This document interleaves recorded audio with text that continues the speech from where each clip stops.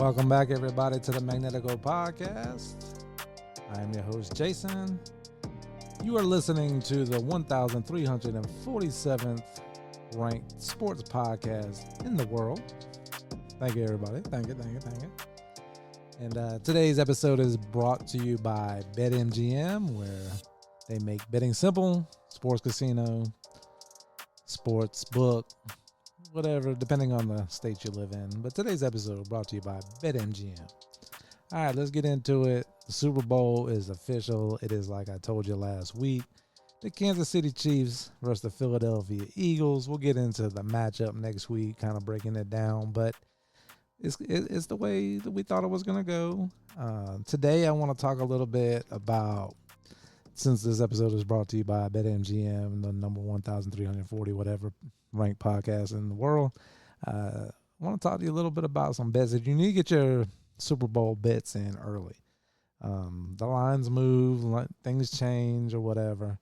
Right now, if you think your Chiefs are going to win, think Patrick Mahomes is going to pull out a third straight Super Bowl, the money line is negative 130, and the spread, though, is negative. If you get the Chiefs are giving up negative 1.5, and it's very rare that you're going to see a Super Bowl or any NFL game where it's just a 1 point.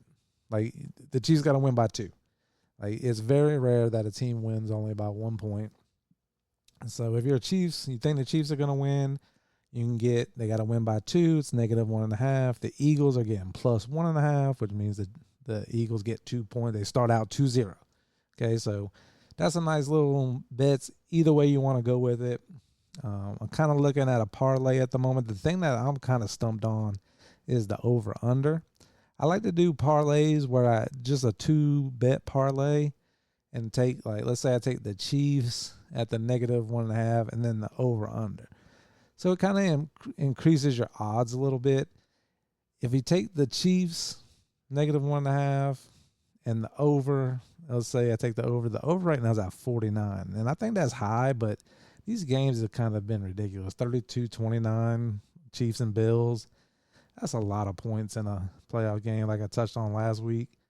But right now, if you made a $10 bet, wait a second, there ain't no way that's right. $10 pays out $195. I must have hit the wrong button or something. There ain't no way. I only picked 2 things. Let me clear it because there ain't no way that's right because everybody should be doing that if that's what it is. But, yeah, the Chiefs, they're back. Everybody's mad about it.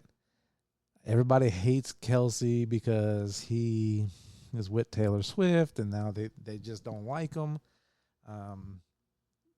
Patrick Mahomes, everybody's saying they're getting the helps from the referees and everything. Look, I wanted to look this up before I came on here, but I didn't do it. But nobody remembers. Look, Jordan got all the calls, right? Kobe got all the calls. Brady got all the calls. You know, the greats, that's what happens. Patrick Mahomes gets all the calls. Nobody's remembering how many calls the Carolina Panthers got last season. You know, like if you're not winning, nobody cares. So, you know, part of why I'm rooting for the Chiefs is just because everybody can't stand it. So I like that part of it. Back to the betting thing. If you bet the negative 1.5 on the Chiefs and you took the over, $10 will pay you $34. So that's a fun little bet. You know, goes up from there. If you bet 100, it's $340. But that is kind of what I'm leaning towards right now. The Chiefs and the over. It would be the same thing if you took the under. So you don't like my over bet, you could take the under, and it makes it a little bit of fun. But you also can do anytime scores, first touchdown score, player to score 2 touchdowns. It's all different quarterback props. So check out BetMGM, our sponsor for today's show. All right, moving on.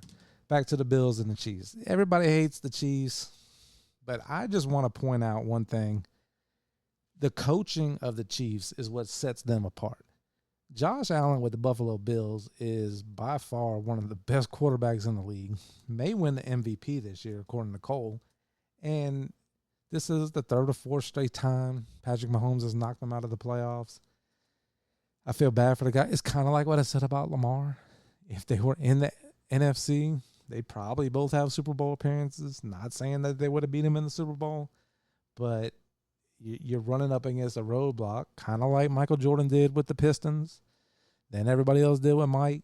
Like, you running into a roadblock where you just can't get past this guy. But watching that game against the Bills, it really just reiterated what I already knew last year, that the coaching of the Chiefs is superior to the teams they're playing. Kelce didn't have a good game, and I predict Kelce to have a good game in the Super Bowl. But Kelce did not have a great game. The best play Kelce made in the game was a pick that he didn't set.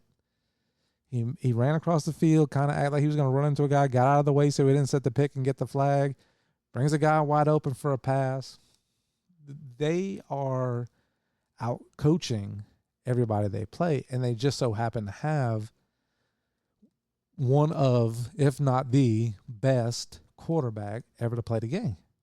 And when you don't even have to surround them with the best of talent, because Kelce's on his way down, not having great stats.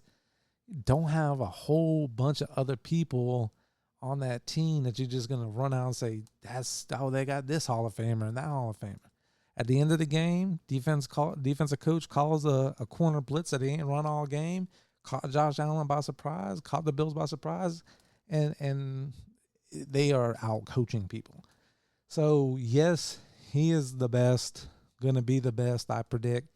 Arguably, right now Brady's still the man, still the GOAT, but I think a lot of the Kansas City Chiefs, it comes down to Andy Reid and that coaching staff. I'm not going to name you. I think Spagnoza or something like that as a defensive guy, but it doesn't even matter. If I was a coach, not a coach, but a president of a top-notch college football program and I needed a coach, I'd be looking at the offensive assistants on the Kansas City Chiefs. Somebody that's been around Andy Reid for a while, somebody that understands, kind of like you hear about the Belichick tree and Parcells' tree and all these different great coaches.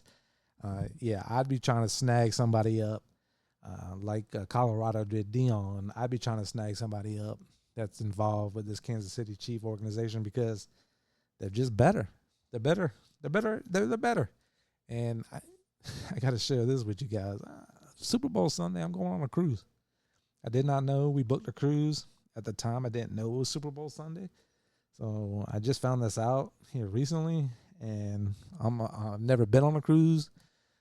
I feel like they got to have internet. So I'm sure there's going to be the Super Bowl on somewhere on the cruise. But I'll be on a cruise during the Super Bowl, so we'll probably put out a bonus episode.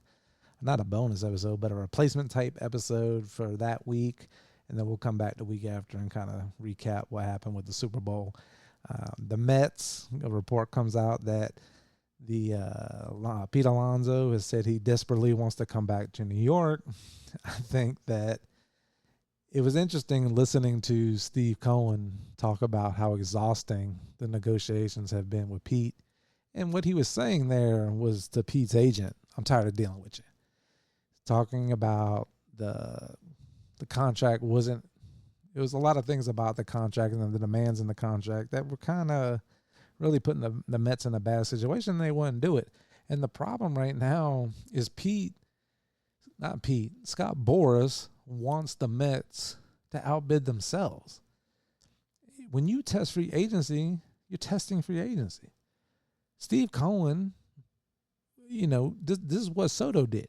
He didn't re-sign with the Yankees, tested free agency, and Steve Cohen has proven that he will outbid for what he wants, but he shouldn't outbid himself. And all these Mets fans on X and everybody bashing, I've always said, and I stand by it, I have faith in this ownership, I have faith in this GM, and I think at the end of the day, Pete's going to be a New York Met. I wish he would fire Scott Boras. Let's move on and get the deal done. I still think that's a possibility of happening. Boomer Esiason on my way to work this morning was saying that Pete's signing the day at 10 o'clock, so that didn't happen. But I really think this is going to happen. There's a couple of teams with some interest, but I also think just like the Juan Soto was like, go get your deal. Tell me what somebody's offering you, and then we'll make you a deal. And at the end of the day, no matter what happens, the Mets are coming out. If they get Pete to re-sign, they're coming out a way better than if Pete would have signed that extension that I talked about last week. So if we get him for 3 years, $75 million, $85 million, I said pay him $100. I don't care. I want Pete on this team, but it's time to move on. Pitchers and catchers report in 8 days.